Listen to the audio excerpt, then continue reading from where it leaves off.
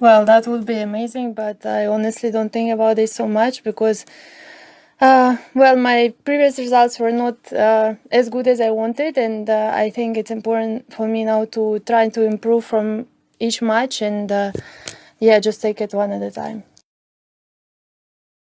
Elena Rybakina just said something that every tennis fan needs to hear before Wimbledon even begins. She could walk out of the All England club as the new world number one. And when asked about it directly, she didn't deny it, she didn't dodge it, she actually admitted it would be amazing. But then she pulled back, almost like she caught herself getting excited about something she's been trying not to think about for weeks. That contradiction right there, wanting it but refusing to admit how badly, tells you everything about where Rybakina's head is at heading into the biggest 2 weeks of her season. Let's talk numbers first, because this is closer than most casual fans realize. Aryna Sabalenka has sat at world number one since October 2024. Each She has match been the and, immovable force yeah, at the just take top it of one at women's a time. tennis for the better part of 2 years. Hi, Elena. Right now, she leads Rybakina by 947 ranking points. Sounds like a lot. In tennis terms, especially at a Grand Slam where ranking points swing wildly round by round, it's actually a gap that can disappear in 2 weeks if the cards fall right. Here's why. Last year at Wimbledon, Rybakina crashed out in the third round, a disappointing exit for a former champion of this very tournament. Meanwhile, Sabalenka went deep all the way to the semifinal.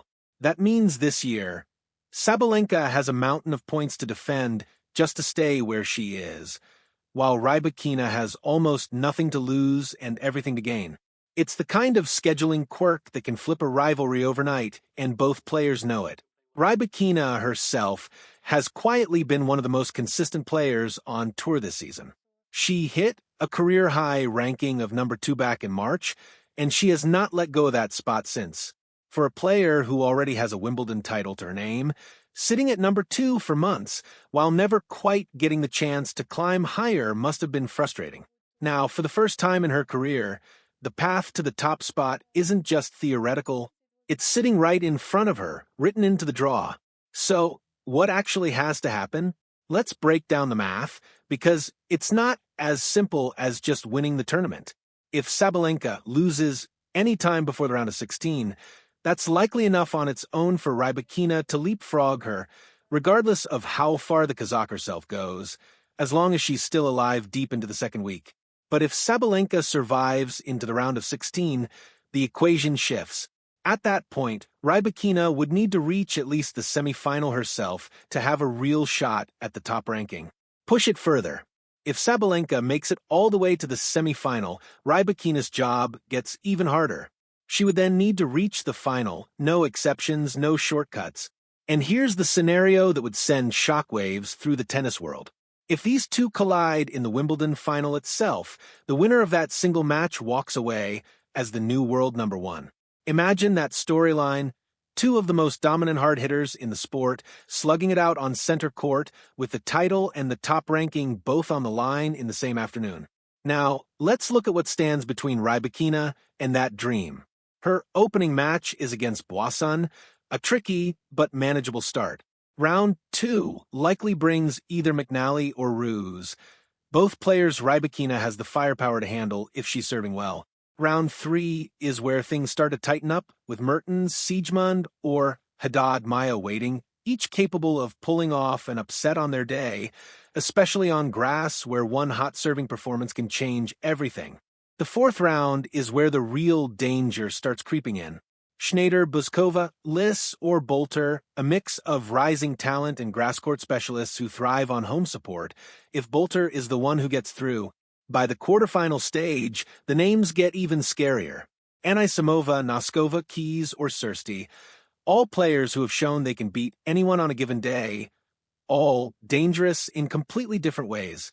And if Rybakina survives that gauntlet, the semifinal could bring Swiatek, Svitolina, Kostuk, Paulini, or Vekic, a murderer's row of talent that would test every part of her game. It's a brutal draw on paper, but it's also exactly the kind of draw that rewards a player who's peaking at the right time. And Rybakina insists that's exactly her mindset right now, not chasing the ranking, just chasing better tennis. In her pre-tournament press conference, she made it clear she's not letting the number one conversation get inside her head. Her own words were that her previous results weren't as good as she wanted, and that right now, the priority is simply improving from match to match, taking it one step at a time rather than getting caught up in what could happen 3 rounds down the line. That's a smart approach, honestly. Tennis history is littered with players who chased rankings instead of points, who looked too far ahead and paid for it in an early round loss they never saw coming.